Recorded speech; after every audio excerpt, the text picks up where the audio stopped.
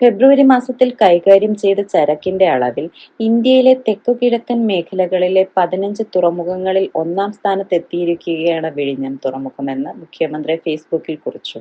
ഫെബ്രുവരി മാസത്തിൽ കൈകാര്യം ചെയ്ത ചരക്കിന്റെ അളവിൽ ഇന്ത്യയിലെ തെക്കുകിഴക്കൻ മേഖലകളിലെ 15 തുറമുഖങ്ങളിൽ ഒന്നാം സ്ഥാനത്തെത്തിയിരിക്കുകയാണ് വിഴിഞ്ഞം തുറമുഖം.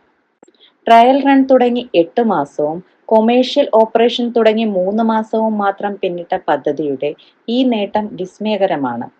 ഫെബ്രുവരി മാസത്തിൽ 40 കപ്പലുകളിൽ നിന്നായി 7,88,333 TEU ചരക്കാണ് വിഴിഞ്ഞം അന്താരാഷ്ട്ര കണ്ടെയ്നർ ടെർമിനൽ കൈകാര്യം ചെയ്തത്. ആഗോള മാരിടൈം രംഗത്ത് വിഴിഞ്ഞത്തിന്റെ പ്രാധാന്യം വർദ്ധിക്കുകയാണ്. കേരളത്തിന്റെ വികസനത്തിൽ തുറമുഖത്തിന്റെ വളർച്ച മികച്ച രീതിയിൽ പ്രതിഫലിക്കുക തന്നെ ചെയ്യും.